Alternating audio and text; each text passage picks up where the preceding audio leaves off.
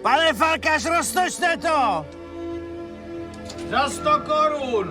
To víš, že jo?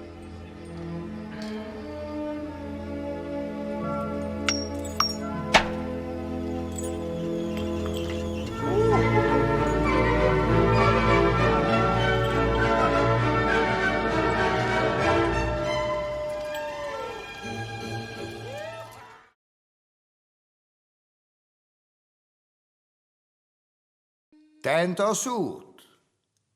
súd mesta Den Bosch, vám okamžite odoberie vodičské oprávnenie.